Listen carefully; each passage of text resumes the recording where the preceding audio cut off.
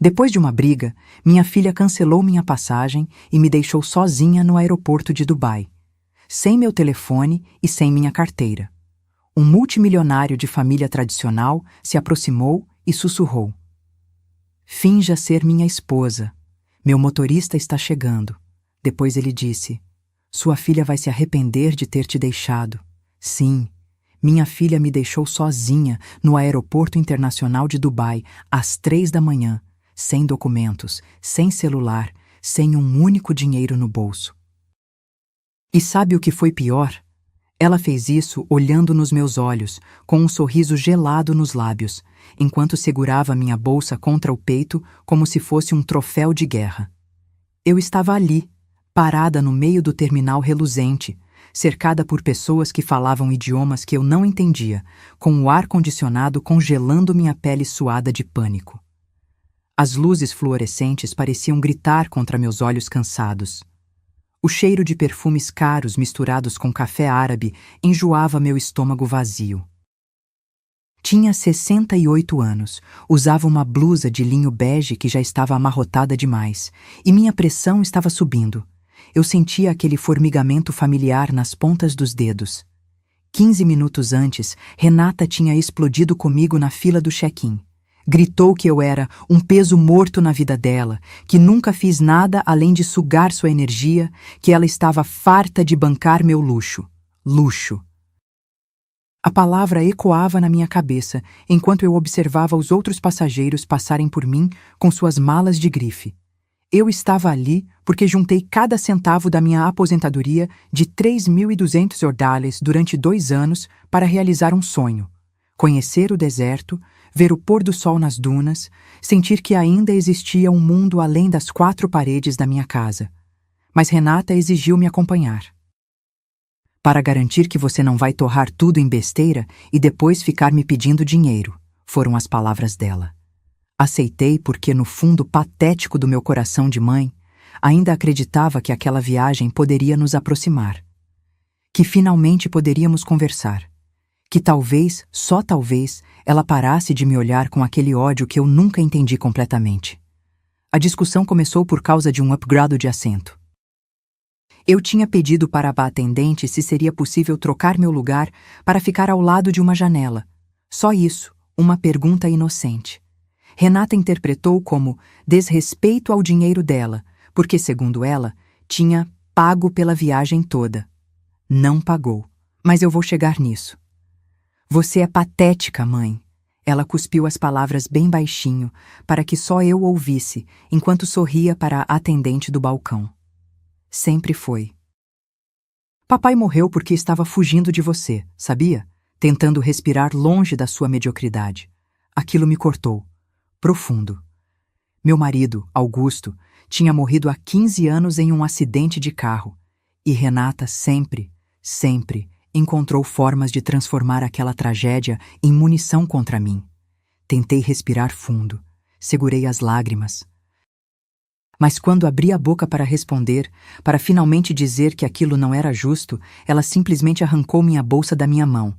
Aquela bolsa de couro marrom que minha mãe me deu antes de morrer, a única coisa de valor sentimental que eu ainda carregava, e começou a andar. "Renata!" chamei, minha voz falhando. "Renata, meus documentos!" Ela não virou. Continuou andando, a bolsa balançando no ombro dela, o cabelo loiro escovado refletindo as luzes do aeroporto como um anúncio de shampoo. E eu fiquei ali, congelada, porque uma parte de mim ainda não acreditava que minha própria filha fosse capaz daquilo. Mas foi. Ela entrou na área de embarque, passou pela segurança sem olhar para trás e desapareceu.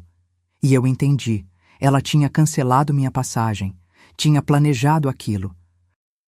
O upgrade que ela recusou com tanta raiva era porque meu nome já não constava mais no sistema. Ela sabia, e me trouxe até ali só para me humilhar uma última vez antes de me abandonar num país estrangeiro. O pânico veio em ondas, primeiro a negação. Ela vai voltar, é só um susto. Depois a raiva, como ela ousa. E então o medo real, visceral, que fez minhas pernas fraquejarem. Eu estava em Dubai, sem passaporte, sem dinheiro, sem telefone, sem ninguém que soubesse onde eu estava. Procurei os seguranças, tentei explicar em português, depois em inglês arrastado. Eles me olharam com desconfiança, como se eu fosse uma louca qualquer. Um deles fez menção de chamar alguém, mas antes que qualquer coisa acontecesse, senti uma presença ao meu lado.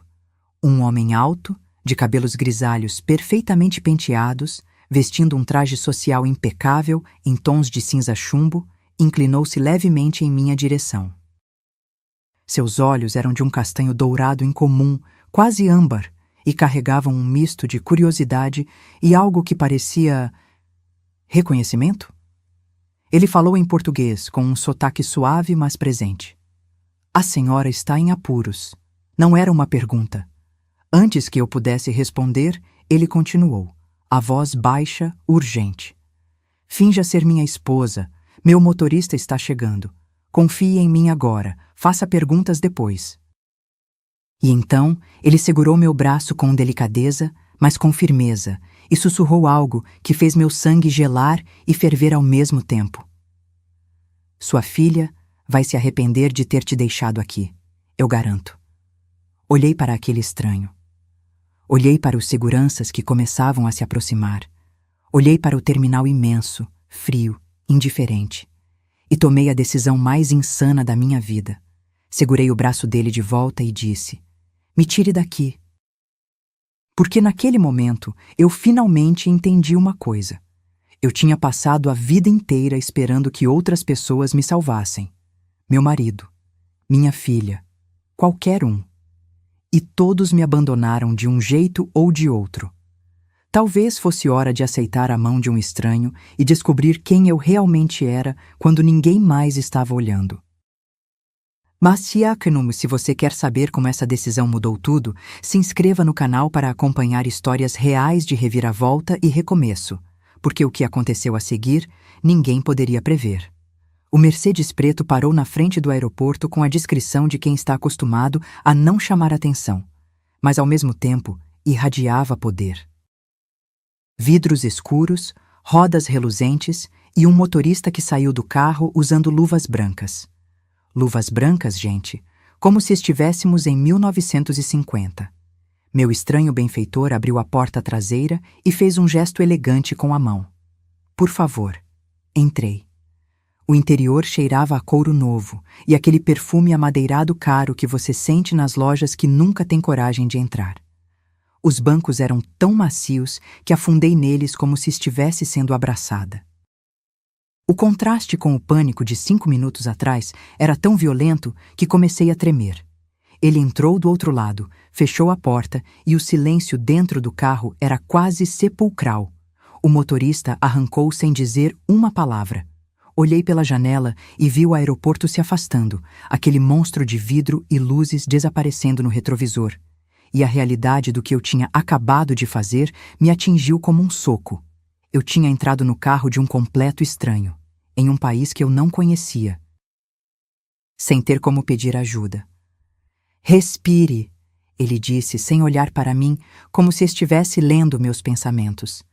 Sei que parece loucura, mas a senhora está segura. Quem é você? Consegui perguntar, minha voz saindo mais firme do que eu esperava. Por que me ajudou? Ele finalmente virou o rosto. À luz suave do interior do carro, pude ver melhor seus traços.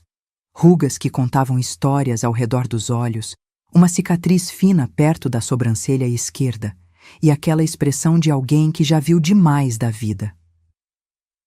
Meu nome é Khalil Al-Rashid. Tenho 72 anos, sou saudita de nascimento, mas vivi 20 anos no Brasil. Tenho negócios em Dubai, São Paulo e Riad, e acabei de perder minha esposa há 8 meses. A última informação veio acompanhada de uma pausa pesada. Ele não esperava minha compaixão, mas eu senti mesmo assim. Há uma dor específica no olhar de quem perdeu alguém. Eu conhecia bem. Sinto muito, murmurei. Mas isso não explica por quê. Vi sua filha pegando sua bolsa. Ele interrompeu, a voz endurecendo. Vi a forma como ela sorriu enquanto fazia isso e reconheci aquela crueldade. Meu filho tem o mesmo sorriso quando acha que está me passando para trás. Engoli seco.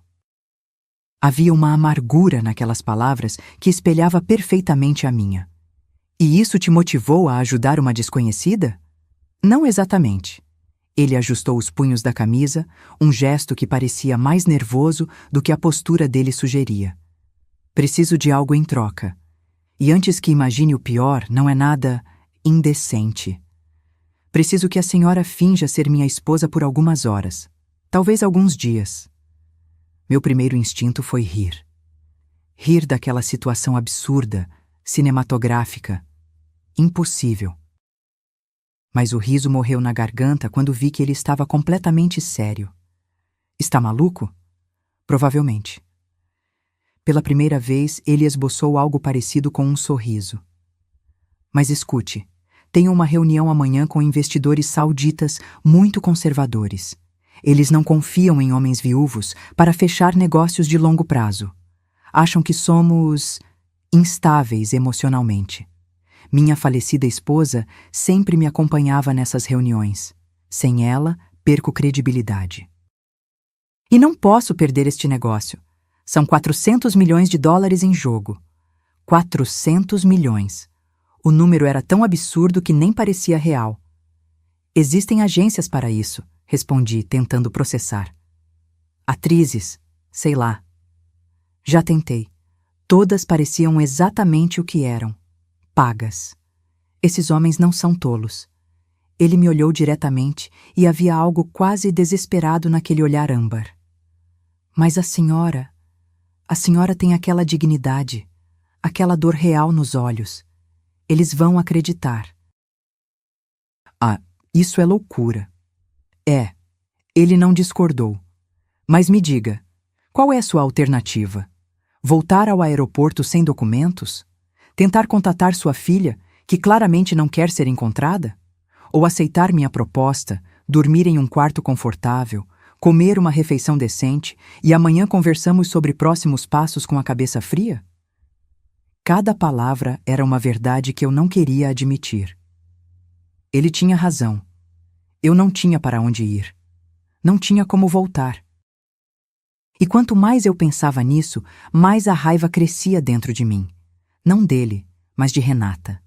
Da minha filha que me transformou em uma mulher tão vulnerável que aceitar a proposta de um estranho parecia a opção mais sensata. Se eu aceitar, comecei devagar. O que exatamente espera de mim? Que use um vestido elegante amanhã à noite? Que sorria ao meu lado durante um jantar de 3 horas? Que demonstre familiaridade comigo? Nada íntimo, apenas a cumplicidade que casais de longa data têm. Que não contradiga nada que eu disser. Ele fez uma pausa. E em troca, coloco à sua disposição um quarto, alimentação, um telefone para que possa contatar quem precisar. E 15 mil reais quando tudo terminar. 15 mil reais. 5 meses da minha aposentadoria. Mais dinheiro do que eu tinha visto junto nos últimos 3 anos. Por que eu deveria confiar em você? Não deveria. A resposta dele foi tão honesta que me pegou de surpresa. Mas pergunte a si mesma. Alguém que quisesse te prejudicar ofereceria dinheiro? Faria questão de que você tivesse um telefone? Eu poderia ter simplesmente levado você a qualquer lugar, mas estou sendo transparente porque, estranhamente, acho que podemos nos ajudar. O carro fez uma curva e começamos a atravessar uma ponte iluminada.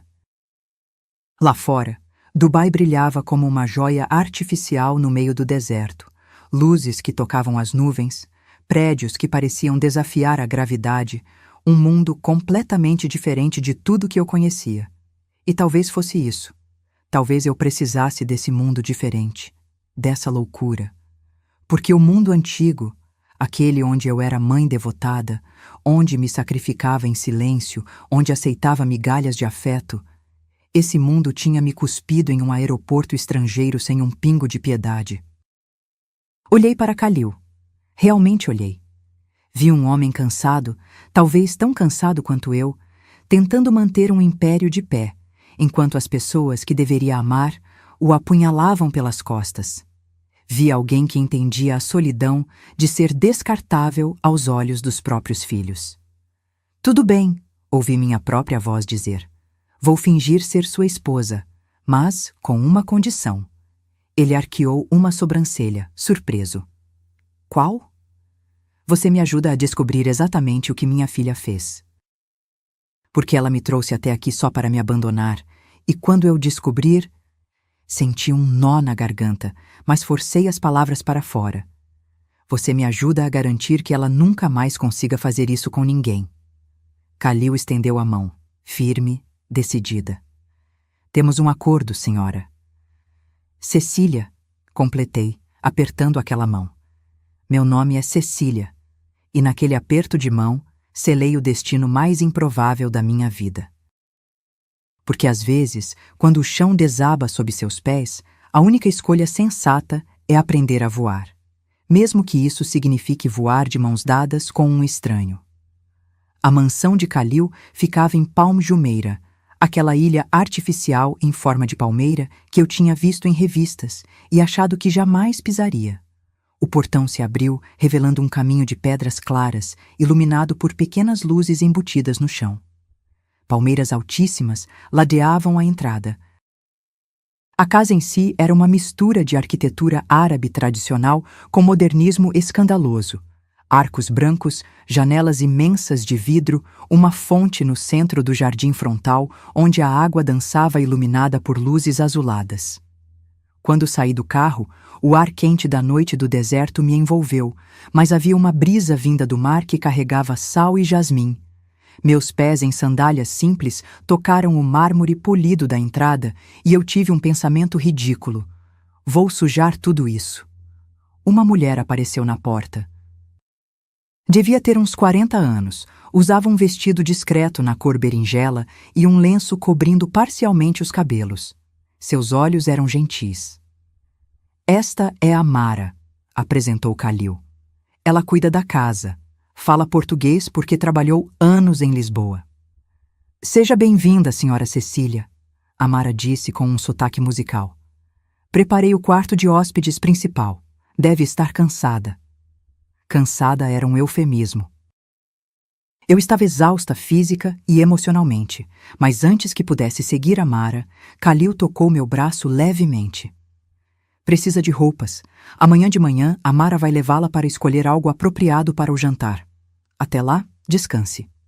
Ele hesitou. E Cecília? Obrigado. Sei que isso é estranho, mas garanto que não vai se arrepender.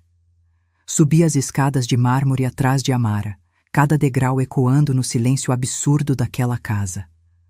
O quarto era maior que minha sala inteira no Brasil. Cama king size com lençóis que pareciam nuvens, um banheiro com banheira de imersão, uma varanda com vista para o mar escuro salpicado de luzes de iates. Havia até um roupão branco pendurado e chinelos macios esperando. Qualquer coisa que precisar, aperte este botão. Amara mostrou um controle na mesinha de cabeceira. Vou trazer chá e algo leve para comer. A senhora deve estar sem alimentação adequada há horas. Quando ela saiu, desabei na beirada da cama e comecei a chorar. Não aquele choro delicado de filme, mas soluços violentos que saíam do fundo do peito, acumulados de anos. Chorei por estar ali. Chorei por Renata.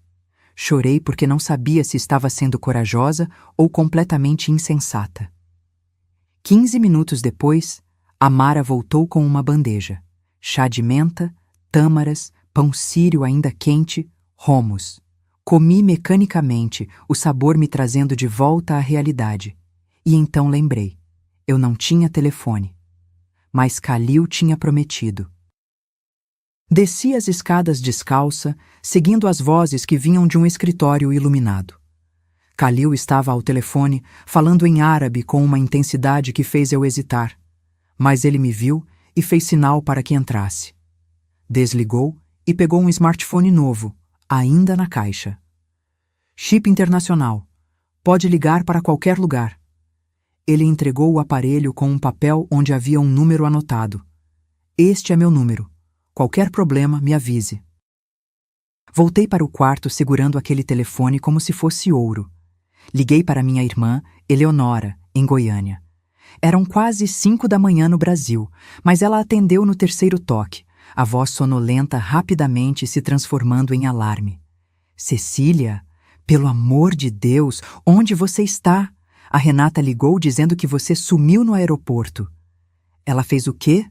Senti o sangue ferver. Disse que vocês discutiram e quando ela voltou para te procurar, você tinha desaparecido, que estava preocupada.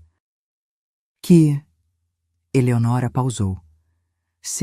O que está acontecendo? Contei tudo, cada detalhe. E ouvi minha irmã ficar em silêncio do outro lado da linha. Aquele tipo de silêncio pesado que precede uma tempestade. Aquela menina está mentindo. Eleonora finalmente disse, a voz tremendo de raiva. E sabe de uma coisa? Não me surpreende. Cecília, preciso te contar algo que prometi nunca revelar. Meu estômago se revirou. O quê?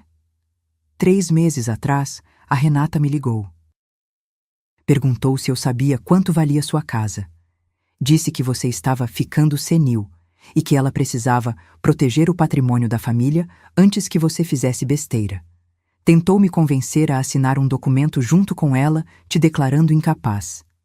O ar saiu dos meus pulmões. Você assinou? Claro que não, Eleonora praticamente gritou. Expulsei ela da minha casa, mas Cecília, ela disse algo que me gelou. Disse: a mamãe matou meu pai e vai pagar por isso, nem que eu passe o resto da vida cobrando. As paredes do quarto pareceram se fechar. Sentei na cama, o telefone escorregando na minha mão suada. Ela realmente acredita nisso, sussurrei. Acha que eu matei o Augusto? O acidente não foi culpa de ninguém, Cecília. Ele perdeu o controle do carro sozinho. Não. Senti as palavras saindo antes de conseguir pará-las. Ele tinha bebido, Nora. O laudo comprovou, mas eu escondi isso da Renata. Ela tinha 15 anos. Não queria que crescesse odiando a memória do pai. Meu Deus! Menti dizendo que foi falha mecânica. E ela sempre foi obcecada pelo pai. Sempre me comparou a ele e eu sempre saí perdendo. Então ela criou essa narrativa na cabeça dela, que eu dirigi ele para fora de casa, que a culpa foi minha, e eu deixei, porque me sentia culpada mesmo, porque naquela noite a gente tinha brigado, ele saiu furioso e nunca mais voltou. Eleonora ficou em silêncio. Depois perguntou a única coisa que importava. O que você vai fazer agora?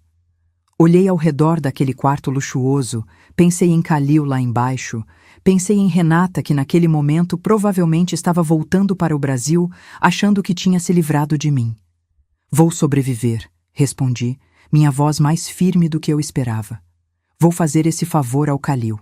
Vou receber meu dinheiro. E vou voltar para o Brasil preparada para finalmente enfrentar minha filha com a verdade. Toda ela. Desliguei o telefone e fiquei ali, sentada na escuridão, processando. Durante 25 anos, carreguei a culpa pelo acidente que matou meu marido. Durante 25 anos, aceitei o desprezo de Renata como penitência merecida. Durante 25 anos, fui a mãe que pedia desculpas por existir. Mas algo tinha mudado ali, naquele quarto, naquela noite absurda em Dubai. Talvez fosse o cansaço, talvez fosse a raiva. Talvez fosse simplesmente o fato de que, pela primeira vez em décadas, alguém tinha me olhado não como mãe culpada ou viúva patética, mas como uma mulher que merecia ser salva. Deitei na cama de nuvens e dormi. E se sonhei, não lembro. Só sei que quando acordei, o sol entrava pelas cortinas de seda, o mar brilhava lá fora, e havia uma determinação nova queimando no meu peito. Renata queria que eu pagasse pelo passado? Então eu ia começar cobrando o presente, com juros. A Mara bateu na porta às 9 da manhã, trazendo café turco, frutas frescas e a informação de que tínhamos 3 horas para me transformar em esposa de empresário bilionário. O desafio parecia impossível, olhando para meu reflexo no espelho. Cabelos grisalhos despenteados, olheiras fundas, rugas que pareciam mais profundas sob aquela luz crua da manhã. Mas a Mara tinha outros planos. Me levou a uma boutique em Dubai Mall, onde as vendedoras me trataram como realeza assim que mencionou o nome Khalil. Experimentei vestidos que custavam mais que 6 meses de aluguel. Escolhi um na cor azul petróleo, elegante sem ser chamativo, que escondia as imperfeições do tempo, mas realçava a postura que anos gerenciando hotel me deram, costas retas, cabeça erguida, aquela autoridade silenciosa de quem já comandou equipes. Sapatos de salto médio, colar discreto de pérolas, cabelo preso num coque baixo. Quando terminaram, olhei no espelho e quase não me reconheci. Não porque estivesse irreconhecível, mas porque fazia tanto tempo que não me arrumava para mim mesma, só para agradar expectativas alheias. Voltamos para casa, e era estranho já pensar naquele lugar como casa, no meio da tarde. Khalil estava na piscina, nadando, e quando saiu da água com aquela elegância de quem pratica o movimento há décadas, vi cicatrizes antigas no torso. Histórias que ele não contava. Ficou perfeita, ele disse simplesmente, enrolando uma toalha na cintura. Vão acreditar completamente. Khalil, chamei antes que ele entrasse. Preciso que você me conte sua história de verdade. Se vou fingir ser sua esposa, preciso saber com quem fingi casar. Ele parou, virou, e naqueles olhos âmbar vi a mesma exaustão que eu carregava. Minha esposa, Laila, morreu de câncer. 8 meses de agonia que drenaram não só nossas economias emocionais, mas também parte considerável do patrimônio. Tratamentos experimentais em clínicas suíças custam fortunas. Ele sentou numa espreguiçadeira, de repente parecendo muito mais velho. Meu filho, Rashid, interpretou isso como fraqueza. Tentou me fazer assinar uma procuração, alegando que eu estava emocionalmente comprometido para gerir os negócios. Queria assumir controle da empresa enquanto eu ainda estava vivo. Deus! Recusei, obviamente. Então ele começou uma campanha silenciosa para me desacreditar junto aos sócios. Espalhou que estou senil, que tomo decisões erráticas, que preciso de supervisão. A amargura na voz dele era palpável. Este negócio de amanhã é minha chance de provar que ainda comando meu império. Mas os investidores são tradicionais. Um viúvo solitário não passa confiança. Acham que vou fazer escolhas desesperadas, impulsivas. E vai? Ele riu sem humor. Já fiz? Coloquei você no meu carro. Touché. Passamos a tarde ensaiando. Ele me contou sobre a empresa. Importação e exportação de especiarias e tecidos finos, com sede em Riad e filiais em 15 países. Me ensinou nomes dos sócios, detalhes sobre a vida de casado que precisávamos manter consistente. Como nos conhecemos, em uma conferência no Rio há 3 décadas, quantos filhos tínhamos? Só Rashid para ele, só Renata para mim, onde passamos nossa lua de mel, mentira elaborada sobre Santorini. Mas entre as mentiras ensaiadas, verdades escapavam. Ele me contou que Laila adorava jardinagem, que tinha mãos que faziam rosas desabrocharem mesmo no deserto, que nos últimos dias ela segurou a mão dele e pediu que não deixasse Rashid destruir tudo o que construíram. Eu contei sobre Augusto, sobre o homem brilhante que tinha sido, engenheiro civil, sonhador, capaz de calcular a resistência de uma ponte, mas incapaz de calcular os limites do próprio corpo. Contei sobre as dívidas secretas que descobri depois da morte dele, sobre o projeto faraônico que falhou, levando 2,8 milhões de investidores, dinheiro que tive que cobrir vendendo a fazenda da minha mãe em Goiás, aquelas terras vermelhas onde passei a infância. Renata nunca soube, confessei, a voz falhando. Tinha 15 anos quando o pai morreu. Estava devastada. Como eu ia dizer que, além de viúva, éramos pobres? Que o herói dela tinha nos afundado em dívidas? Vendi a fazenda em silêncio. Paguei tudo, guardei apenas o suficiente para garantir a educação dela. Ela estudou onde? Medicina. Universidade particular em São Paulo. 5 anos, mensalidade de 5.300 reais. Fiz horas extras no hotel, trabalhei finais de semana, aceitei todo o plantão disponível. E quando ela se formou, ela não agradeceu. Pior. Disse que finalmente tinha conseguido algo por mérito próprio, sem depender de mim. Ri amargo. Achou que a faculdade foi paga com seguro de vida do pai. Não foi.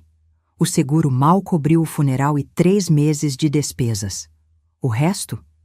Foram 9 anos da minha vida transformados em mensalidades. Khalil ficou em silêncio. Depois perguntou: por que nunca contou? Porque mães não cobram.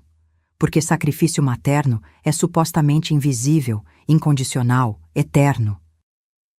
Porque eu estava tão afundada na culpa pelo acidente que achava que merecia carregar tudo sozinha. Olhei para ele. Mas sabe o que é engraçado? Eu guardei tudo. Cada recibo, cada transferência bancária, cada comprovante de pagamento daquela faculdade.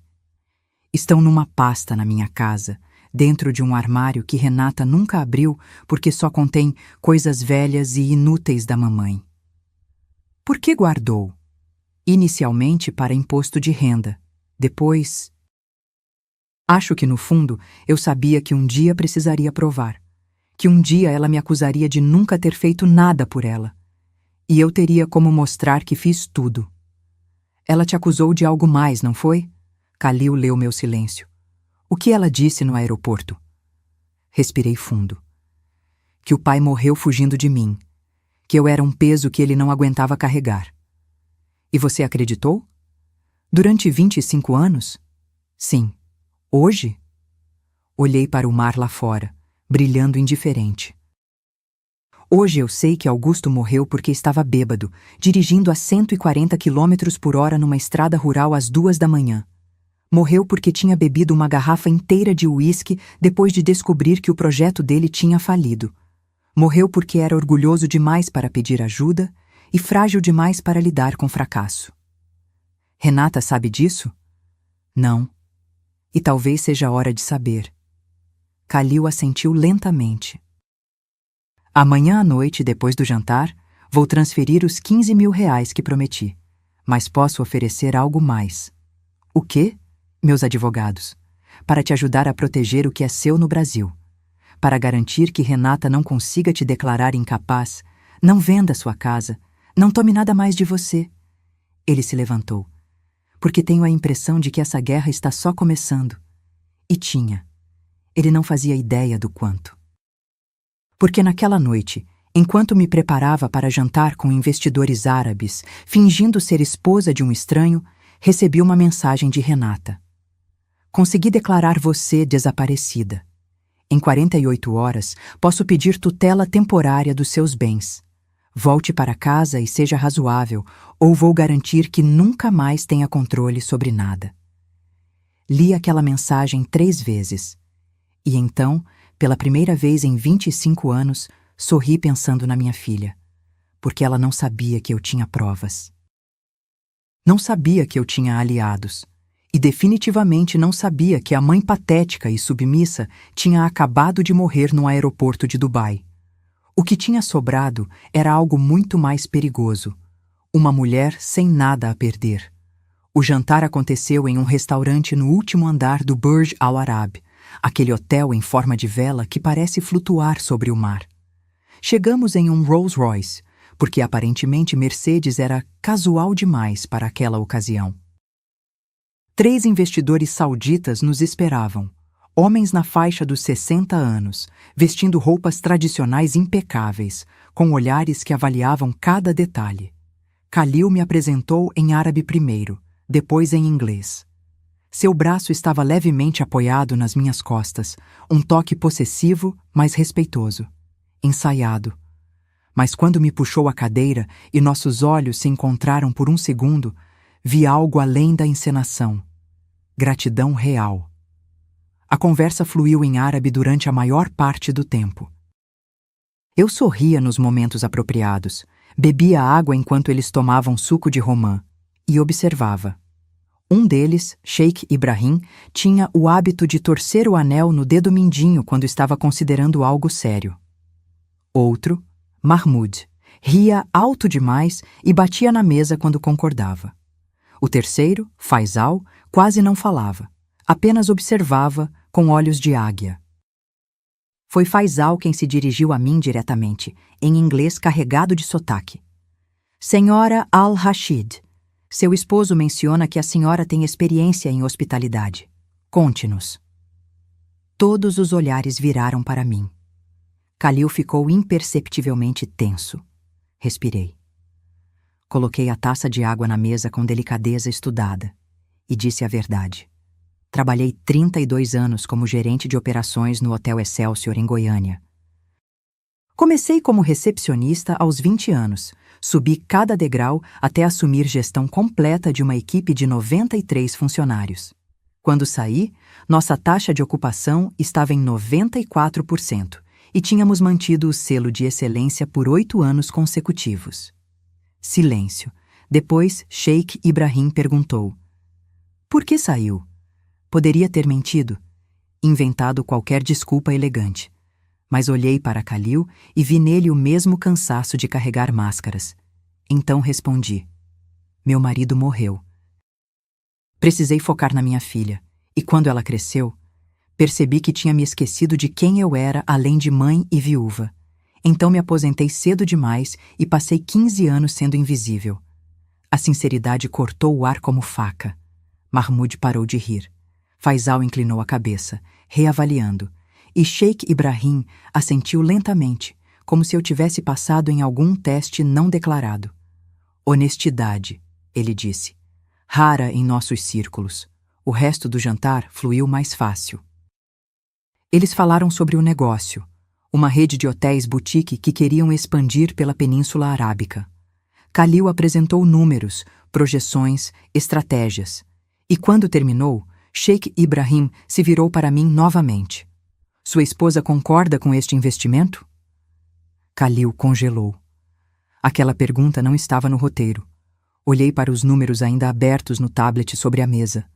30 anos de experiência hoteleira me fizeram ver algo que talvez os outros tivessem perdido.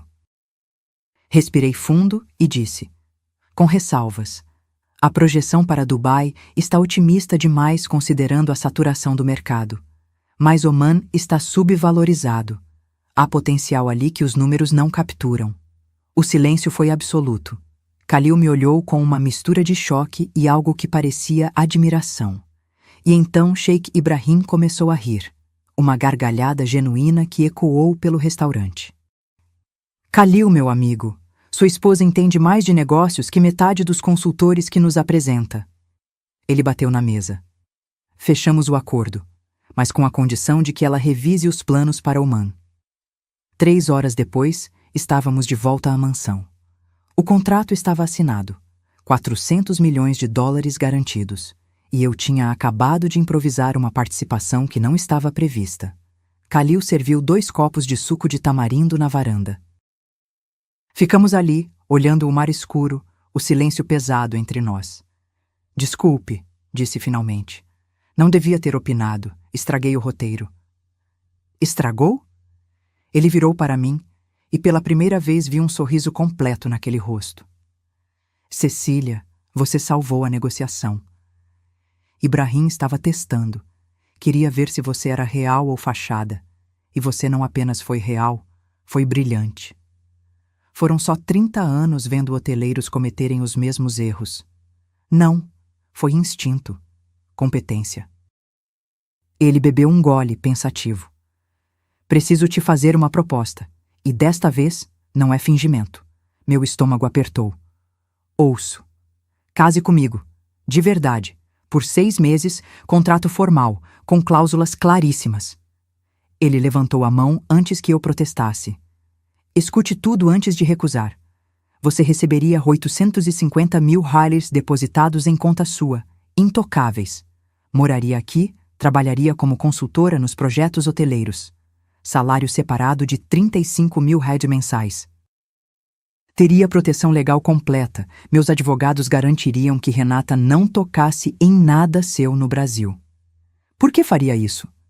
Porque Rashid está tentando me afastar da empresa.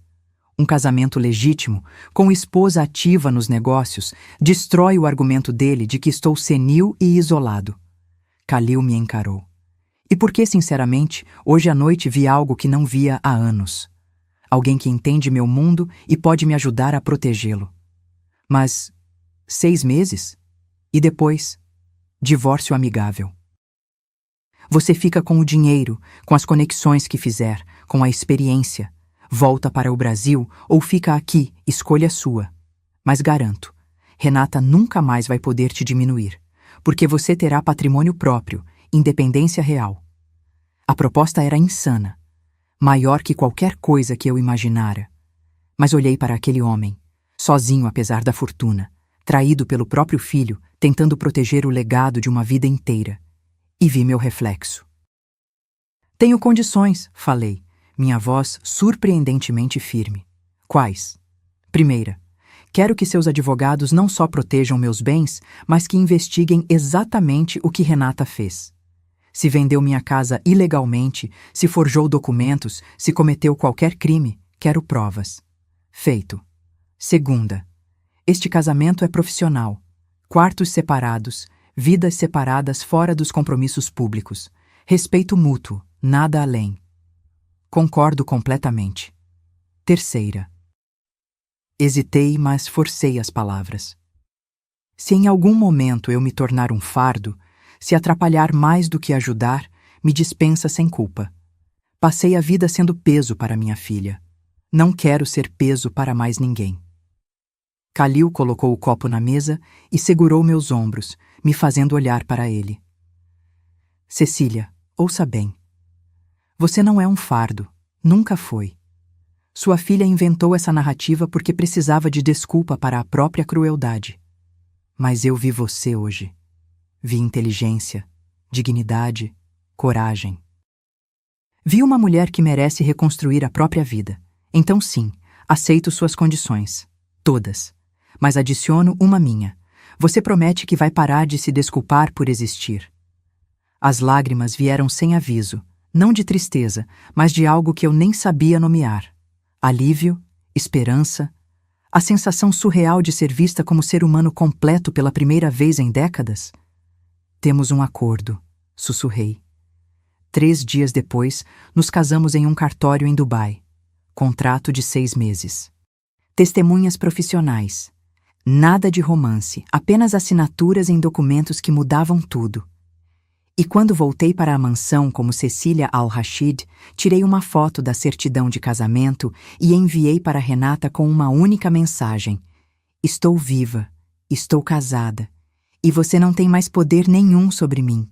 Nos vemos no Brasil quando eu decidir voltar. A resposta dela veio em segundos. Você está louca?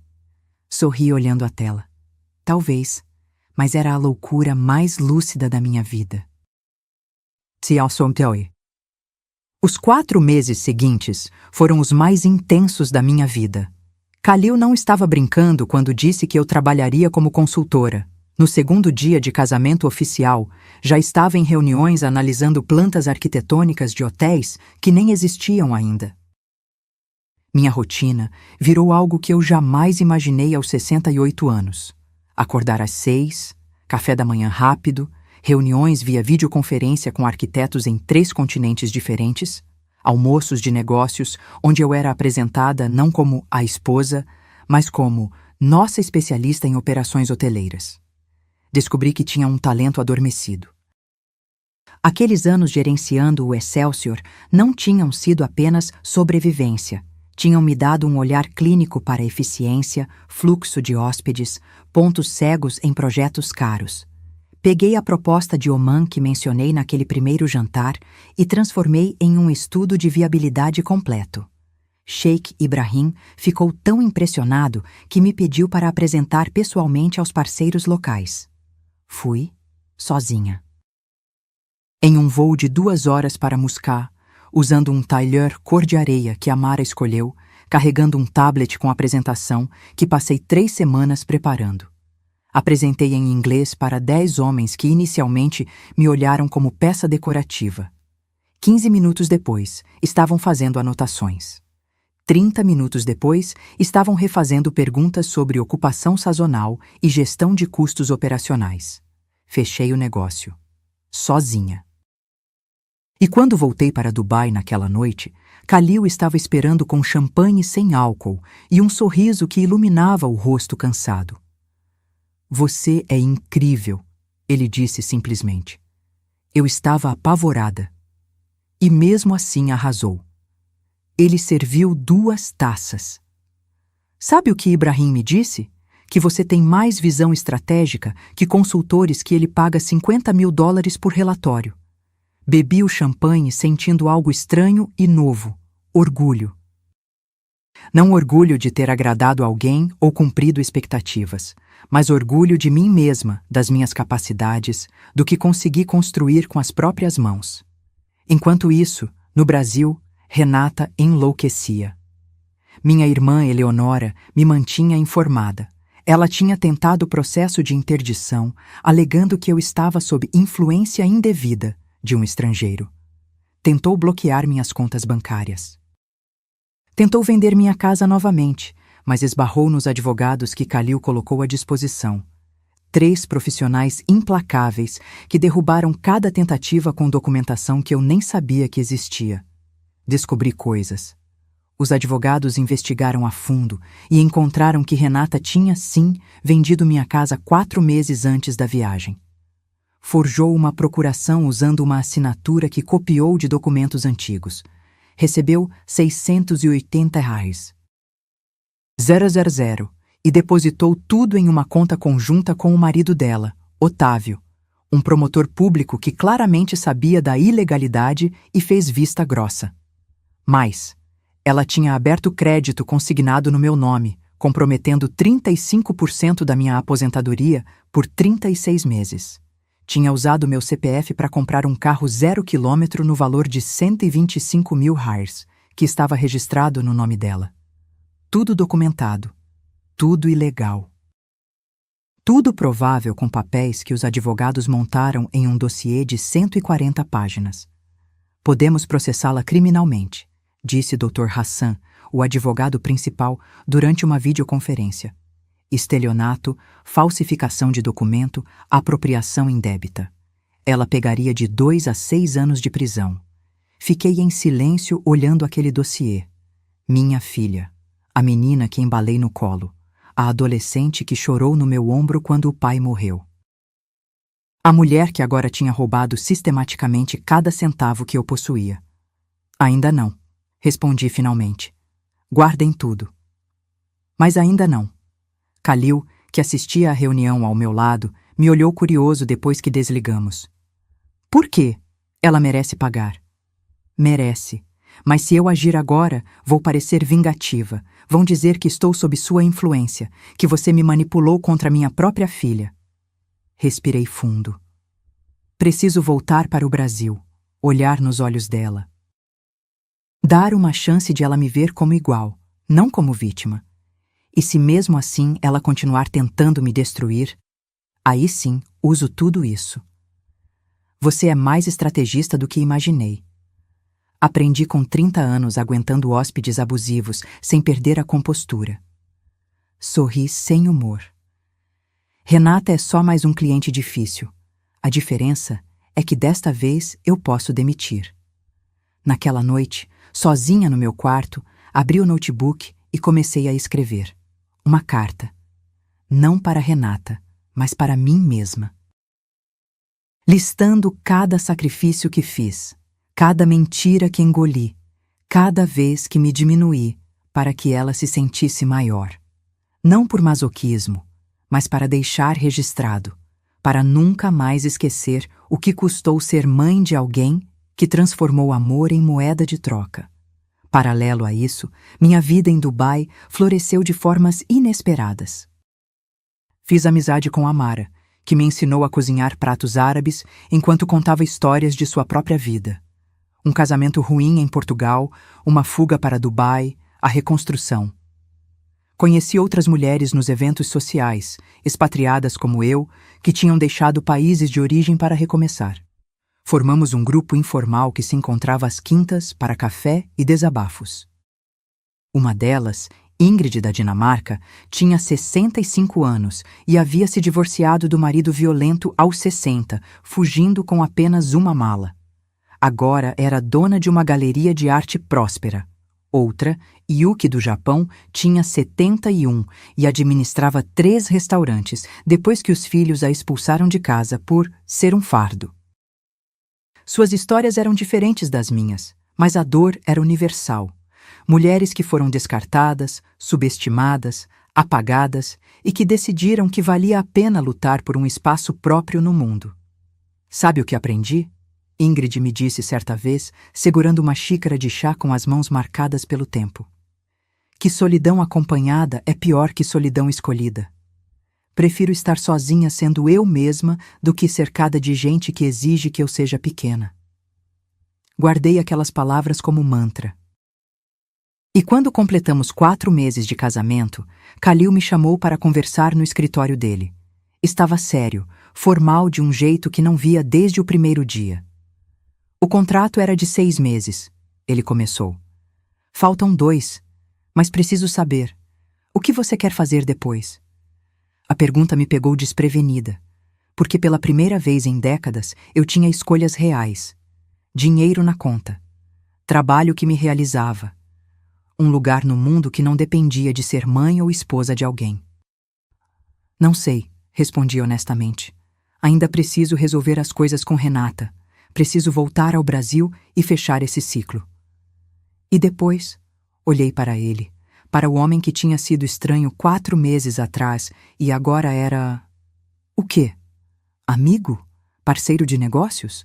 Algo indefinível que não cabia em categorias simples?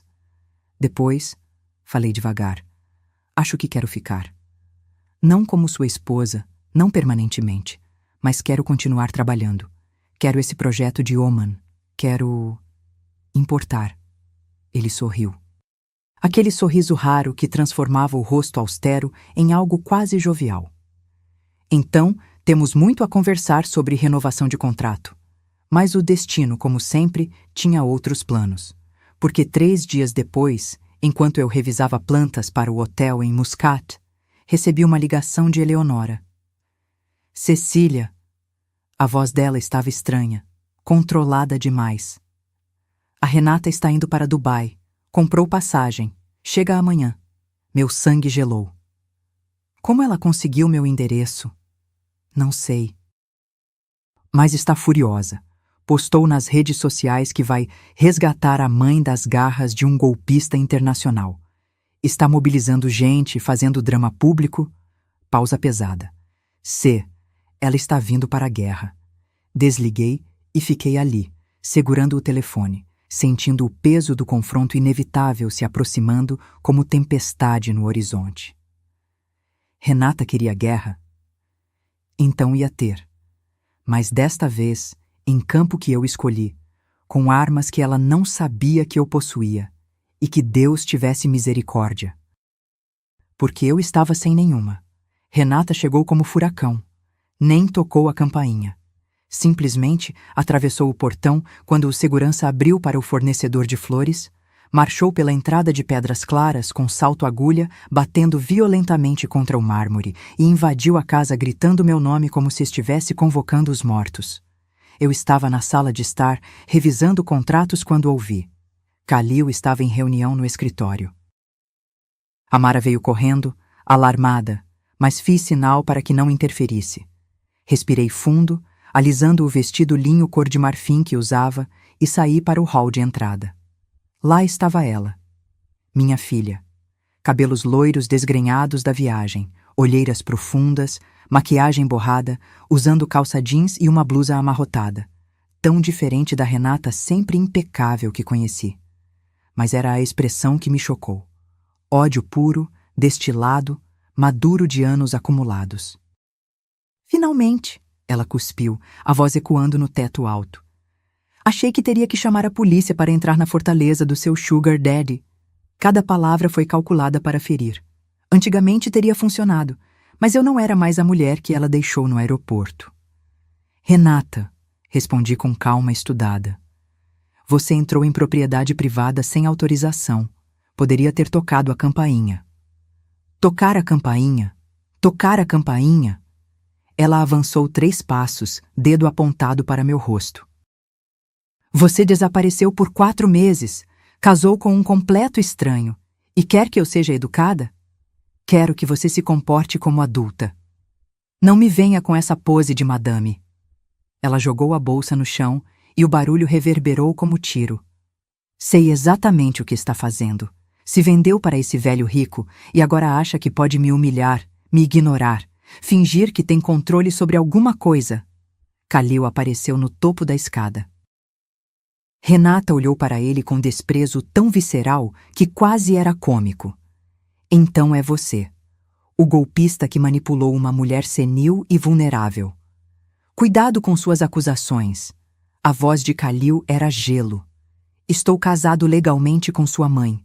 Tudo documentado, testemunhado, absolutamente transparente. Transparente? Renata riu, um som agudo e distorcido. Minha mãe tem 68 anos, acabou de perder a orientação em um aeroporto estrangeiro e misteriosamente aparece casada com um bilionário? Qualquer juiz declararia isso coação. Qualquer juiz analisaria os fatos. Rebati, minha voz ainda controlada. E os fatos são: você me abandonou deliberadamente, cancelou minha passagem, pegou minha bolsa com documentos e dinheiro e desapareceu. Para te ensinar uma lição. Ela explodiu e finalmente a máscara rachou completamente. Para você finalmente entender que não pode mais me sugar, me manipular, me usar como banco particular. O absurdo daquela inversão me deixou sem palavras por 3 segundos completos. Eu... te usar? Sim, Renata estava tremendo inteira agora. A vida toda você me fez sentir culpada. Culpada por ter nascido, culpada por precisar de coisas, culpada por estar viva enquanto meu pai morreu tentando fugir de você. Renata, seu pai não estava fugindo. Não minta pra mim. Ela pegou um vaso decorativo da mesinha lateral e jogou contra a parede. O barulho da porcelana explodindo foi brutal. Amara ofegou do outro cômodo. Kalil desceu 2 degraus, mas fiz sinal para que parasse, porque precisava ver até onde ia. Precisava que ela mostrasse tudo. Você matou meu pai, Renata continuou, a voz agora mais baixa, mais perigosa. Com suas cobranças, suas reclamações, sua mediocridade, ele era brilhante, poderia ter sido grande. Mas você o prendeu em uma vida pequena, em uma casa pequena, com uma esposa pequena. E quando ele finalmente tentou respirar, você o empurrou para aquela estrada. Eu estava em casa quando ele saiu. Falei, cada palavra pesada. Você sabe disso. Estava em casa sendo insuportável, sendo o que sempre foi, um peso. O silêncio que se seguiu foi denso. Kalil estava prestes a intervir, mas levantei a mão, parando-o. Porque havia chegado o momento. O momento de devolver cada acusação, cada mentira, cada distorção que Renata construiu para justificar o próprio veneno. Mas antes que eu pudesse falar, ela puxou uma pasta da bolsa jogada no chão. Vim preparada, disse, recuperando algum controle. Tenho aqui documentos, provando que você está sendo manipulada. Que esse casamento é fraude, que ele só quer seu dinheiro. Pausou, rindo amargo. Ou o que sobrou dele depois que você desperdiçou a herança da vovó em futilidades. Aquilo me acertou no estômago. A herança da vovó. A fazenda que vendi para pagar as dívidas do homem que ela idolatrava. Desperdicei? Repeti, minha voz finalmente subindo. Desperdicei? Sim. Renata abriu a pasta, tirando papéis. Tinha 2.800.000 reais em terras. E quando a vovó morreu, você vendeu tudo e o dinheiro simplesmente sumiu. Você não construiu nada, não investiu, não garantiu o futuro. Onde foi esse dinheiro, mãe? Pagando as dívidas do seu pai. Ela congelou. Mentira. Verdade. Avancei um passo. Seu pai falhou em um projeto. Devia para construtoras, fornecedores, investidores. 2.400.000 reais em débitos que descobri só depois do funeral. E sabe o que acontece quando você não paga dívidas assim? Processam a viúva, tomam a casa, destroem o que resta da família. Não. Vendi a fazenda inteira. Cada hectare daquela terra vermelha onde sua avó plantou algodão por 50 anos. Paguei cada centavo que seu pai devia e guardei apenas o suficiente para garantir que você pudesse estudar. Isso não... O seguro de vida pagou minha faculdade. O seguro de vida pagou 85 mil, mal cobriu o funeral e 3 meses de contas. Sua faculdade? 5 anos? Mensalidade de 5.300? Caminhei até ficar a 1 metro dela. Fui eu, trabalhando duplos turnos, aceitando cada hora extra disponível, comendo mal para que sua geladeira estivesse cheia quando você vinha passar fins de semana. Usando roupas velhas para que você não se envergonhasse de mim nas formaturas. Renata estava pálida, mas não recuou. Se tivesse feito isso tudo, teria me contado, teria jogado na minha cara. Porque mães não deveriam cobrar, porque te amava mais do que amava minha própria dignidade. Minha voz quebrou, mas continuei. Porque achava que um dia, algum dia, você veria, que cresceria e entenderia, que o amor não precisa ser gritado para ser real. Amor? Ela riu, mas era riso desesperado. Você chama de amor me sufocar? Me fazer sentir que te devia algo a vida toda? Nunca pedi nada de você. Não precisava pedir, Renata gritou. Estava ali, sempre ali, com aquele olhar de mártir, com aquela resignação de vítima. Comparava tudo o que eu fazia com papai. Toda conquista minha, você lembrava que ele teria ficado orgulhoso. Como se eu só existisse como extensão dele. E ali, finalmente vi. A ferida real. Não eram as dívidas, não era o dinheiro, não era nem a morte de Augusto. Era que Renata tinha passado 25 anos competindo com um fantasma. E eu, sem perceber, tinha alimentado essa competição cada vez que evocava a memória dele para preencher o vazio que sua ausência deixou. Você tem razão, falei, e vi o choque no rosto dela. Fiz isso. Usei seu pai como medida para tudo. E foi errado. Ela piscou, desarmada. Mas isso não justifica o que você fez comigo. Continuei. Vendeu minha casa ilegalmente. Usou meu CPF para abrir crédito. Forjou documentos. E me abandonou em um país estrangeiro, sabendo que eu não tinha como voltar. Eu ia buscar você depois. Mentira. Khalil desceu o resto da escada segurando um tablet. Tenho aqui o extrato bancário mostrando que você depositou os 680 mil harares da venda ilegal da casa. Tem também as conversas com seu marido planejando como manter sua mãe fora do Brasil tempo suficiente para consolidar a apropriação. Renata empalideceu ainda mais. Como você conseguiu isso? Por que, minha filha? Respondi. Você subestimou quem eu podia me tornar quando parasse de me desculpar por existir. Ela olhou para mim. Realmente olhou. E naquele momento, vi o medo substituindo o ódio nos olhos dela. Porque finalmente entendeu. A mãe submissa tinha morrido em Dubai. E quem estava diante dela agora era alguém muito mais perigoso. Alguém com nada a perder. Renata recuou 2 passos, tropeçando levemente no tapete persa. O medo nos olhos dela era novo. Ela nunca tinha me visto como ameaça real. Sempre fui a mãe controlável, previsível, que engolia humilhações com sorrisos trêmulos e desculpas sussurradas. Mas aquela mulher morreu há 4 meses. Você está blefando, ela disse, a voz falhando. Não tem como ter acesso às minhas conversas privadas. Khalil deslizou o dedo na tela do tablet, ampliando uma imagem. Virou o aparelho para que ela visse. Reconheci a interface. Prints de WhatsApp entre Renata e o marido, Otávio. Consegui adiar o retorno dela, inventando que o voo atrasou. Mais 2 dias e posso registrar a venda como definitiva. Se ela aparecer antes, alega que estava confusa, desorientada. Tenho 2 colegas médicos que assinam laudo de incapacidade se precisar. Quando ela voltar, já era. A casa é nossa. Renata leu em silêncio, o rosto perdendo toda a cor. Quando terminou, sussurrou. Isso é invasão de privacidade. Não vale em tribunal. Vale quando obtido legalmente através de investigação autorizada. Dr. Hassan havia entrado pela porta lateral, trajando terno cinza impecável, pasta executiva na mão. Senhora Cecília me autorizou formalmente a investigar possíveis crimes contra seu patrimônio, e encontramos muito mais que conversas. Ele abriu a pasta sobre a mesa de centro, retirando documentos organizados em separadores coloridos. Cada movimento era teatral, proposital, desenhado para maximizar o impacto.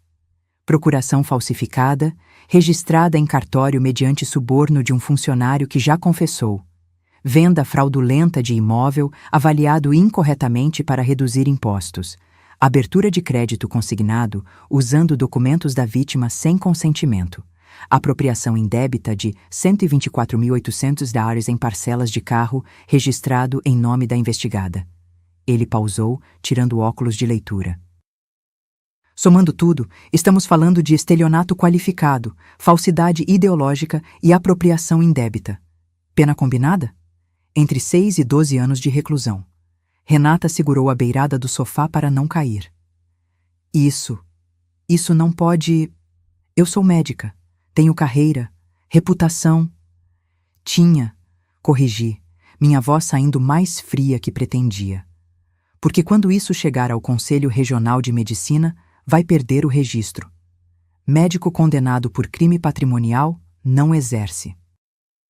Ela me olhou como se estivesse vendo um monstro. Você faria isso? Destruiria sua própria filha? A pergunta ecoou no hall silencioso. Khalil, Amara, Dr. Hassan, todos esperaram minha resposta, e eu precisei de 3 respirações profundas antes de conseguir falar. Não sei, admiti, e vi surpresa no rosto de Renata. Porque parte de mim ainda é a mãe que te embalou quando tinha cólica, que ficou acordada noites inteiras quando você teve pneumonia aos 7 anos, que guardou cada desenho que você fez na escola primária dentro de uma caixa de sapato que ainda está no armário da... Pausei, corrigindo. Da casa que você vendeu. Lágrimas começaram a descer pelo rosto dela. Mas não eram lágrimas de arrependimento. Eram de raiva frustrada. Então está me chantageando? É isso? Seja boazinha ou vou te denunciar. Não. Caminhei até a escrivaninha antiga no canto da sala, abri a gaveta e peguei uma pasta de couro desgastado. Minha. A que trouxe do Brasil escondida na bagagem que Renata não sabia que existia. Estou te dando algo que você nunca me deu, verdade completa. Coloquei a pasta nas mãos dela. Renata abriu com dedos trêmulos. Dentro estava tudo. Cada recibo de mensalidade da faculdade pago em meu nome. Cada comprovante de transferência bancária. Cópias das dívidas de Augusto, contratos assinados, notificações extrajudiciais, acordos de pagamento. A escritura da fazenda da minha mãe, com a venda registrada 3 meses após o funeral dele.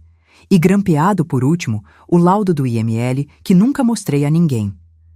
Causa mortis, traumatismo craniano decorrente de acidente automobilístico, exame toxicológico, taxa de alcoolemia, 2,4 gl, 4 vezes acima do limite legal. Conclusão, condutor em estado de embriaguez severa. Renata leu aquela última página 2 vezes. 3. As mãos tremiam tanto que o papel farfalhava. Mentira, ela murmurou. Papai não bebia assim. Você está forjando... O laudo original está arquivado no IML de Goiânia, interrompi. Processo número 2478/2010. Pode verificar pessoalmente. Seu pai saiu de casa às 10 da noite depois de descobrir que o projeto tinha falido. Bebeu uma garrafa inteira de Johnny Walker Black, que estava guardada para comemoração, e dirigiu 140 km/h em uma estrada rural sem iluminação. Para fugir de você, para fugir da vergonha dele mesmo. Minha voz quebrou, mas continuei. Porque Augusto era brilhante, sim, mas era também orgulhoso, imprudente, incapaz de admitir erros. E quando o projeto falhou, quando descobriu que tinha arruinado investidores que confiaram nele, não aguentou encarar as consequências. E você escondeu isso de mim, porque você tinha 15 anos. Finalmente gritei, e o som ecoou pela casa toda. Porque estava destroçada, porque chorava toda noite chamando por ele. Como eu ia chegar para uma adolescente em luto e dizer: seu pai morreu bêbado, fugindo de dívidas que eu vou passar os próximos 10 anos pagando? Silêncio absoluto. Até Renata ficou sem palavras. Então engoli, continuei, mais baixo agora. Engoli a verdade, engoli a raiva, engoli a injustiça de ter que proteger a memória de um homem que me deixou com destroços para limpar. E trabalhei. Trabalhei até os ossos doerem, até esquecer como era ter um dia de folga, até me transformar em sombra da mulher que fui. Porque você precisava de uma mãe, e precisava de um pai herói, mesmo que ele nunca tenha sido. Renata desabou no sofá, a pasta caindo no chão, papéis espalhando pelo tapete como confetes macabros. Eu não sabia, ela sussurrou, porque nunca perguntou, nunca quis saber. Era mais fácil me culpar. E agora? Ela olhou para mim e pela primeira vez em 25 anos vi vulnerabilidade real ali. Vai me processar? Vai me destruir? Olhei para Dr. Hassan, para Khalil, para aquela sala luxuosa que era tão distante do mundo onde Renata e eu crescemos juntas, e tomei a decisão mais difícil da minha vida. Vou te dar uma escolha, falei lentamente. Você devolve cada centavo roubado. Regulariza a venda da casa ou a compra de volta pelo valor de mercado. Cancela o crédito consignado. Paga pelo carro que registrou no seu nome. Tudo com juros e correção. Não tenho esse dinheiro todo. Então vende o que comprou com ele. Pega empréstimo. Dá um jeito. Minha voz endureceu. Você é médica, tem renda estável. Pode parcelar em 5 anos. Não me importo. Mas devolve. E se eu fizer isso, você não me processa? Se você fizer isso, reconhecer publicamente o que fez e pedir desculpas? Pausei, escolhendo cada palavra. Não criminalmente, mas nossa relação acaba aqui. Você não é mais minha filha em nada além de genética. Não herda nada quando eu morrer. Não participa de decisões sobre minha vida. Não tem mais poder nenhum sobre mim. Mas eu sou sua única filha. E eu era sua única mãe, rebati. E você me abandonou em um aeroporto estrangeiro como se fosse lixo. As lágrimas agora eram reais, soluços que sacudiam os ombros dela. E parte de mim, aquela parte maternal que 33 anos não conseguem matar completamente, quis abraçar. Quis perdoar sem condições. Quis voltar ao roteiro antigo, onde eu absorvia dor para que ela ficasse inteira. Mas não fiz, porque pela primeira vez escolhi minha própria dignidade. Você tem 72 horas para decidir, disse Dr. Hassan, recolhendo os documentos. Depois disso, entramos com representação criminal. Renata saiu daquela casa cambaleando. Não olhou para trás. E quando a porta se fechou, desabei no sofá onde ela tinha estado e chorei como não chorava desde o funeral de Augusto. Khalil sentou ao meu lado, sem tocar, apenas presente. Fez a coisa certa, ele disse suavemente. Então por que dói tanto? Porque amor de mãe não tem interruptor de desligar, mas tem interruptor de proteger a si mesma. E você finalmente achou o seu. Fiquei ali, naquele silêncio de decisões irreversíveis, sabendo que tinha atravessado uma linha que não tinha mais volta. E, estranhamente, me senti mais livre do que nunca. 3 dias se arrastaram como semanas. Renata não deu sinal de vida. Nenhuma mensagem, nenhuma ligação, nenhuma resposta aos prazos estabelecidos. Dr. Hassan me ligava diariamente, perguntando se deveria protocolar a representação criminal. Eu pedia mais 24 horas. Depois, mais 24. Segurando uma esperança patética de que ela escolheria fazer o certo. No 4º dia, Khalil me chamou para o escritório dele. Estava sentado atrás da mesa de mogno maciço, mas havia algo diferente na postura.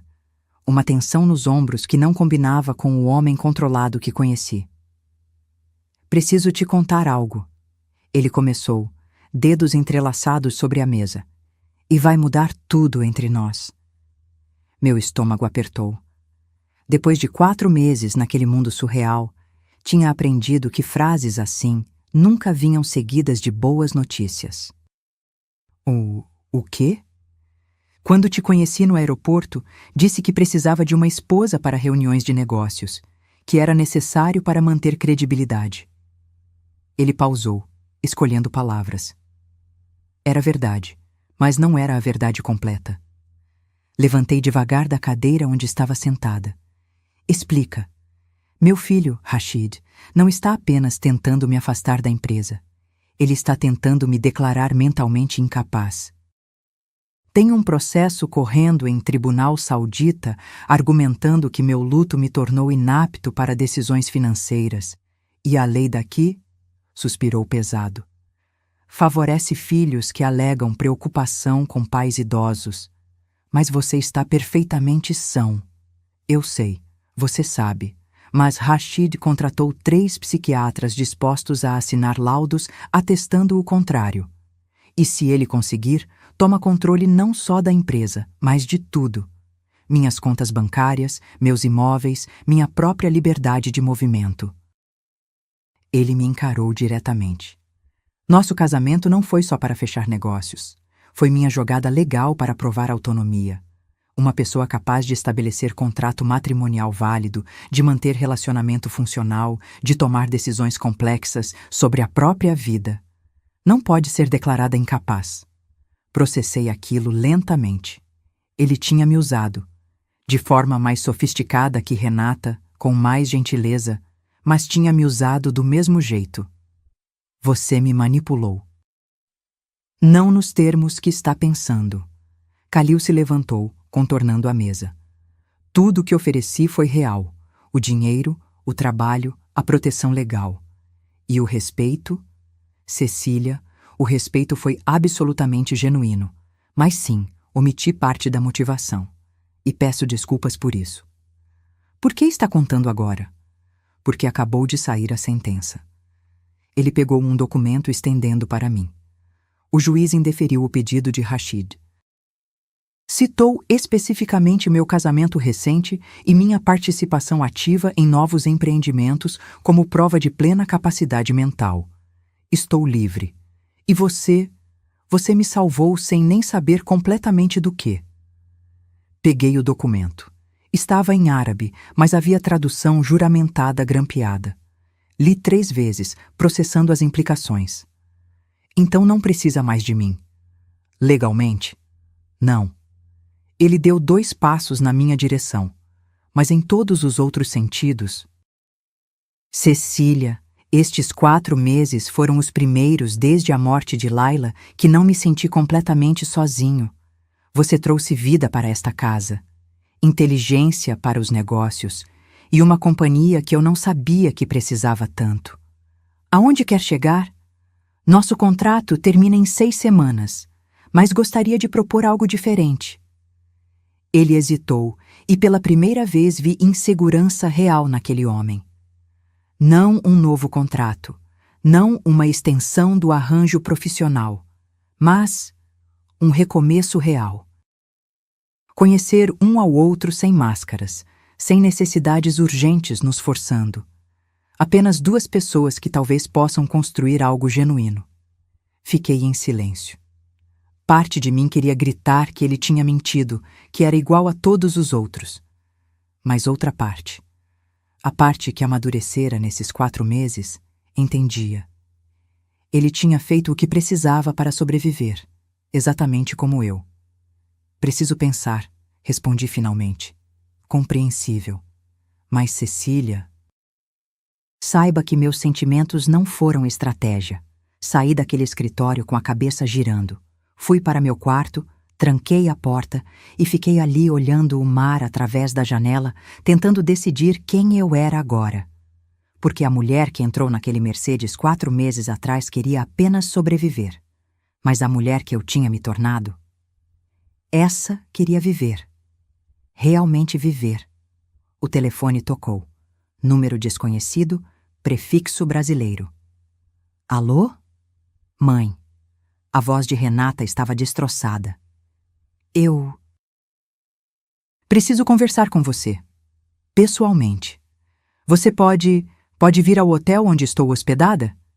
Meu primeiro instinto foi recusar, mas algo no tom dela, quebrado, vulnerável, sem a armadura de arrogância, me fez hesitar. Qual hotel? Atlantis, quarto 2847. Por favor, é importante. Desliguei e fiquei ali, segurando o telefone, sentindo o peso de decisões se acumulando. Kalil confessando meias-verdades. Renata pedindo conversa, minha própria vida esperando definição.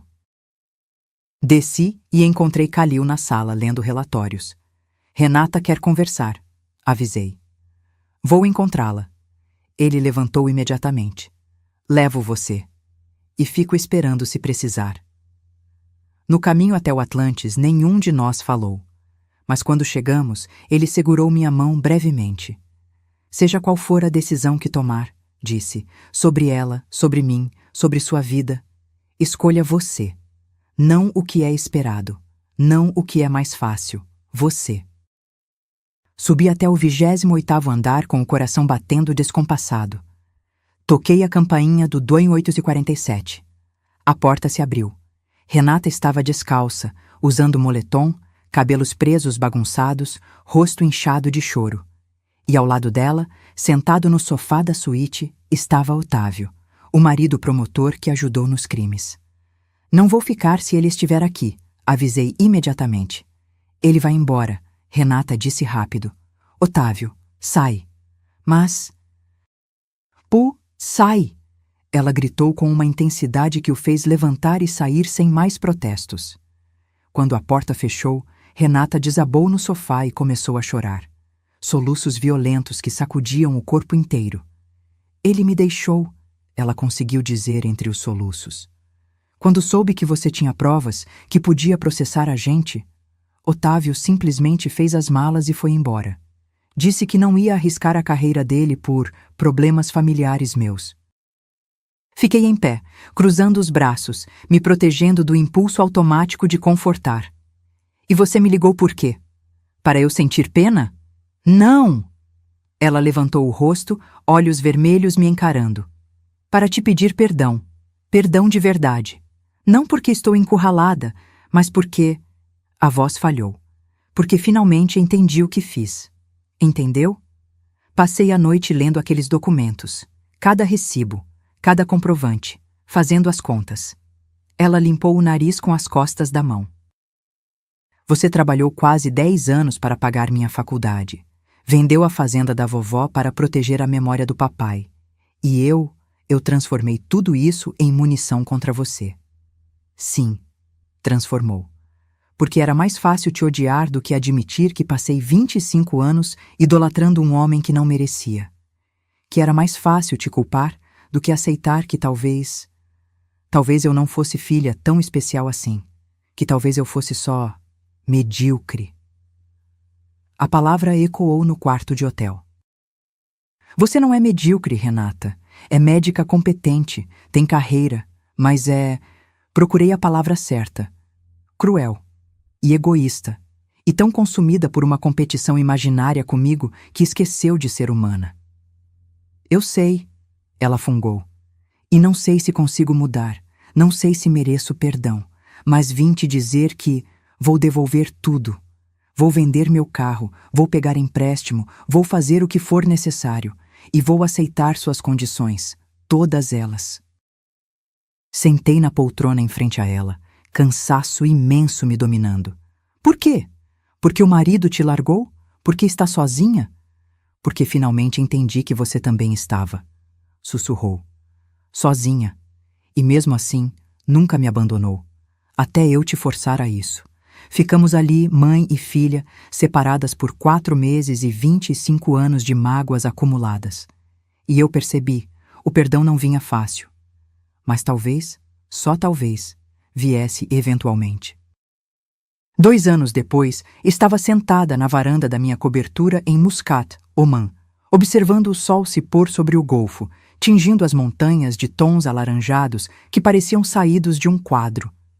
Na mesa ao lado, relatórios do hotel que inauguramos 3 meses antes, o Al Yasmin Boutique, primeiro de uma rede de 5 que planejávamos abrir na região. Taxa de ocupação, 91%. Avaliações online, 4,8 de 5 estrelas. Lucro no primeiro trimestre, acima das projeções. Meu celular vibrou. Mensagem de Amara, que agora era gerente-geral do Al Yasmin em Dubai. Senhora Cecília, os hóspedes do quarto 304 perguntaram especificamente por você. Querem agradecer pessoalmente pelo atendimento. Disse que você está em Muscat, mas eles insistiram que voltarão quando estiver por lá. Sorri. Esse era o tipo de problema que eu adorava ter. Khalil apareceu na varanda trazendo 2 copos de chá com cardamomo.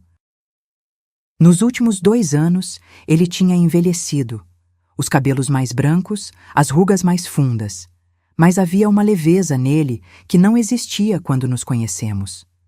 Sentou na cadeira ao meu lado com um suspiro satisfeito. Os arquitetos mandaram as plantas finais do hotel de Salalah, ele disse, colocando o copo na mesa. Quer revisar hoje ou amanhã? Amanhã. Hoje quero apenas isso. Apontei para o pôr do sol, para o silêncio confortável, para a vida que construímos tijolo por tijolo.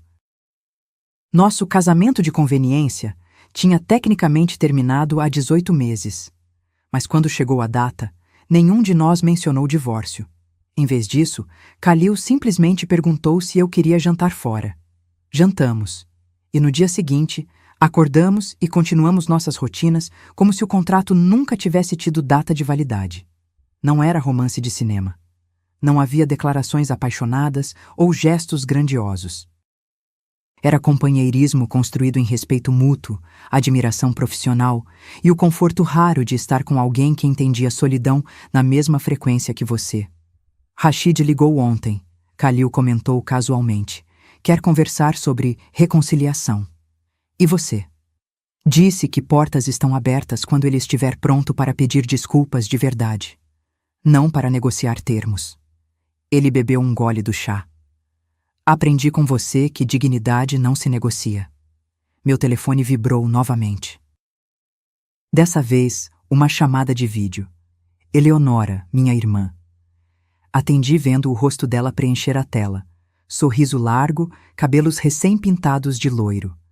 C, adivinha quem está aqui comigo? A câmera virou, mostrando Renata. Minha filha estava diferente. Cabelos mais curtos, sem maquiagem pesada, usando uma blusa simples, e no colo dela, uma pasta que reconheci imediatamente. Trouxe o último comprovante, Renata disse, voz ainda tímida após 2 anos de reconstrução lenta. Última parcela do empréstimo quitada. Tudo que peguei está devolvido, com juros. Tia Nora testemunhou. Eleonora acenou um papel para a câmera. Conferi tudo. Ela cumpriu, Cecília. Levou 2 anos, mas cumpriu cada centavo. Senti um nó na garganta. Renata tinha vendido o apartamento onde morava, voltado a alugar. Tinha pego plantões extras, trabalhado fins de semana, vivido de forma austera que nunca imaginou. Tudo para devolver o que roubou. Obrigada por confirmar, Nora, respondi, mantendo voz controlada. Mãe. Renata começou, depois parou. Ainda não era natural para ela me chamar assim. Cecília, não estou pedindo que volte a me considerar filha. Sei que destruí isso, mas queria que soubesse que... Estou tentando. Tentando ser a pessoa que você merecia ter criado. Khalil colocou a mão sobre a minha, gesto silencioso de suporte. Vejo isso, respondi finalmente. E respeito.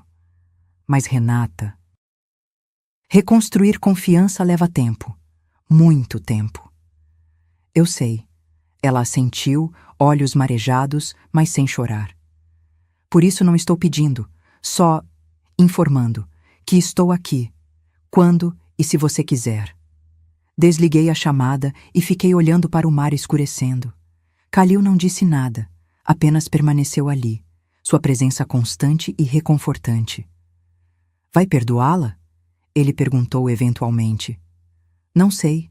Talvez perdão seja meta inalcançável. Respirei fundo. Mas posso oferecer algo menor, chance de provar que mudou, com o tempo, sem promessas. Parece justo. 3 meses depois, inaugurei o Instituto Recomeço, um projeto que vinha gestando silenciosamente. Funcionava em um prédio alugado em Goiânia, reformado com parte do dinheiro que tinha guardado. O objetivo? Capacitar mulheres acima de 60 anos para reingressarem no mercado de trabalho. Cursos de informática, hospitalidade, gestão básica, até culinária profissional. Tudo gratuito. A primeira turma tinha 18 alunas, mulheres com histórias parecidas com a minha, viúvas descartadas, mães exauridas, avós esquecidas. Dei a aula inaugural via vídeo de Oman e quando terminei contando minha própria jornada, todas estavam chorando. Uma delas, Dona Martinha, de 73 anos, levantou a mão trêmula. A senhora teve medo de recomeçar tão longe, tão tarde? Apavorada, respondi honestamente. Mas descobri que coragem não é ausência de medo. É decidir que o medo não vai mais decidir por você. O instituto cresceu. 6 meses depois, tínhamos 2 turmas. 1 ano depois, 4. Yuki, minha amiga japonesa de Dubai, abriu filial em Tóquio usando o mesmo modelo. Ingrid fez parceria para oferecer estágios nas galerias dela. Viramos rede internacional de mulheres recusando-se a serem invisíveis. E Renata? Ela apareceu na inauguração da 2ª sede do Instituto, em Brasília. Não falou comigo diretamente, mas trabalhou o dia inteiro como voluntária, servindo café, organizando cadeiras, ajudando senhoras a preencher fichas de inscrição. No final do dia, nossos olhos se encontraram por 3 segundos através da sala. Não sorrimos, não acenamos, mas havia reconhecimento ali. Um começo minúsculo de algo que talvez, em 5 ou 10 anos, pudesse se parecer com paz. Hoje, aos 70 anos, divido meu tempo entre Oman, Dubai e Brasil. Khalil está ao meu lado em todas as viagens, não como marido no sentido tradicional, mas como parceiro no sentido mais completo da palavra. Temos quartos separados, vidas parcialmente independentes, mas jantamos juntos todas as noites possíveis. E nas noites em que o peso da solidão aperta, sabemos que há alguém na casa ao lado que entende. Rashid eventualmente pediu desculpas. Está reconstruindo relação com o pai devagar, com terapia familiar mediando. Não sei se chegarão a lugar genuíno, mas não é meu papel julgar. Quanto a mim, aprendi que recomeçar não significa apagar o passado. Significa escolher qual passado carregar e qual deixar enterrado nas dunas do deserto onde uma versão antiga de mim morreu. Ainda penso em Augusto às vezes, mas não com culpa. Com a compreensão madura de que amei um homem falho, que ele me amou do jeito torto que conseguia e que ambos fizemos o melhor com as ferramentas emocionais que tínhamos. E Renata? Ela me manda mensagem todo domingo. Pequenas atualizações sobre a vida, sobre pacientes que tratou, sobre terapia que continua fazendo. Não respondo sempre, mas leio todas. Porque perdão completo pode nunca vir. Mas testemunhar alguém tentando ser melhor? Isso eu posso oferecer. Na semana passada, estava revisando contratos para o hotel de Salalah quando recebi pacote do Brasil. Dentro, um álbum de fotos. Renata tinha recuperado todas as imagens da minha vida que estavam na casa vendida. Minha infância na fazenda, meu casamento, ela bebê, Augusto sorrindo em fotos raras. No bilhete, apenas uma linha. Pensei que você gostaria de ter suas memórias de volta, sem condições, sem expectativas, apenas porque são suas. Chorei segurando aquele álbum. Não de tristeza, mas de compreensão. Memórias são nossas, mas futuro escolhemos. E eu escolhi um futuro onde acordo em Oman olhando o mar. Onde trabalho construindo espaços que acolhem viajantes. Onde ajudo mulheres a redescobrirem valor próprio. Onde divido chá com cardamomo com um homem que me vê como igual. onde minha filha é presença periférica, respeitada, mas não central. Passei 40 anos sendo mãe. Finalmente aprendi a ser Cecília e descobri, aos 70 anos, que nunca é tarde para escolher a própria felicidade. Mesmo que isso signifique construí-la tijolo por tijolo, em um deserto do outro lado do mundo, começando do zero absoluto. Porque às vezes o zero é exatamente o lugar onde deveríamos ter começado desde sempre. Se esta história tocou seu coração, deixe nos comentários de onde você está assistindo e o que mais ressoou com você. Cada história compartilhada aqui é um lembrete de que recomeçar sempre é possível, não importa a idade. Não se esqueça de curtir este vídeo e se inscrever no canal para continuar acompanhando relatos reais de superação, dignidade reconquistada e mulheres que se recusaram a serem apagadas. Porque sua história também merece ser contada, e sua vida também merece ser vivida plenamente, nos seus próprios termos. Fim.